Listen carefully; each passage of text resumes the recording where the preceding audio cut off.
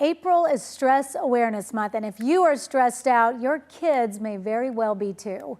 We recognize people who are stressed out as being possibly short-tempered and irritable, but can you recognize when your child is stressed? Here to talk to us more about how to spot stress in children and their parents and how to manage it is Dr. Willough Jenkins, a pediatric psychiatrist at Rady Children's Hospital. Doctor, thanks so much for joining us. Thank you. Okay, so you say stress looks different depending on age. What do you mean by that? Completely. Well, I think the key thing is for kids, let's remember that they're going to show stress through their behavior. They're not necessarily going to be able to tell you. So when we're talking about those little kids, the toddlers, the preschoolers, they're going to have more tantrums, maybe be more clingy, maybe have difficulty going to bed. You get into the school age kids though, it looks different. They're the ones who feel it in their body. They get the stomach aches, the headaches, particularly if it's around something stressful. Okay. And here's one, when you're stressed, things feel out of control. So school age kids focus on what they can. So you see that perfectionism, you know the kid who maybe just can't get that drawing right and they get really frustrated. Yes, yes. That can be a sign of stress. Going into the older kids, the teens, it gets even more sneaky and head-in. They're the ones who withdraw. They're hanging out in their rooms. They're on their screens all the time, playing more and more video games, just trying to avoid the stress. Of course, they can have physical symptoms too, and they get even more cranky and irritable than normal. So those are some of the differences. Teenagers are fun. So, okay, then what can you do about this? What can you do about it for the different ages? How do you handle that? Well, I think stress is something we all have, and when it's moderate, it's okay, it helps, it motivates us, right?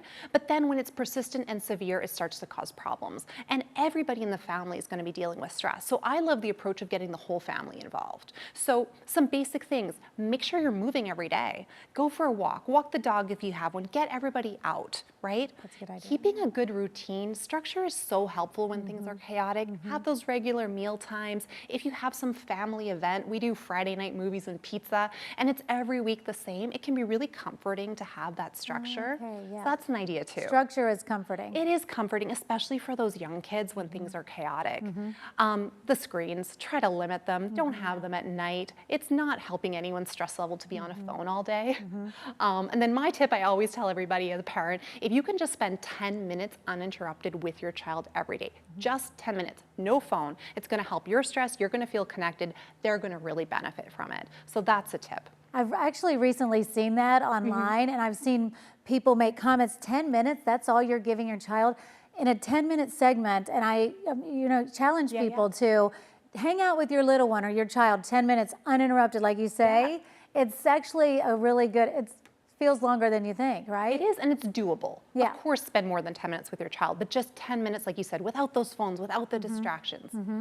So how can you help a little child that you see it, you recognize it in them, they're having tantrums, they are not happy with the artwork? Is that what you're talking about? That's when you incorporate try to do the routine? I think so, and then also there's some techniques you can teach your kids for stress management. Like we teach our kids how to tie their shoes. We teach them all these skills, and sometimes we realize, oh, I don't know if we taught them any skills to manage stress, which are gonna be so helpful for our whole lives, because life is stressful.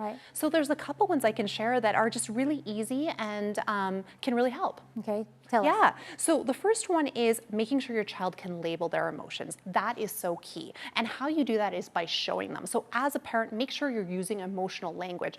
I'm feeling frustrated about the fight I had with my friend. I'm nervous about my presentation at work tomorrow. Use that language and show them, and then help them and coach them to use that language themselves. Because once you identify the emotion, it's so much easier then to manage it. Right.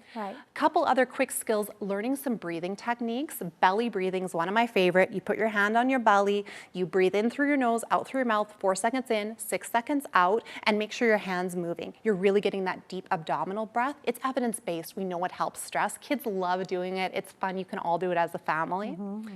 I've seen it on Daniel Tiger. Yes, they teach it on Elmo. I'm sure Elmo has a segment on probably. it. And then the last one I think that's really good is a grounding technique. So you have 5 senses. So go around with your child, name 5 things that you can see, 4 things that you can feel, your sweater, your hair, the breeze, 3 things that you hear, the sounds, the birds, 2 things you can taste, 1 thing you can smell.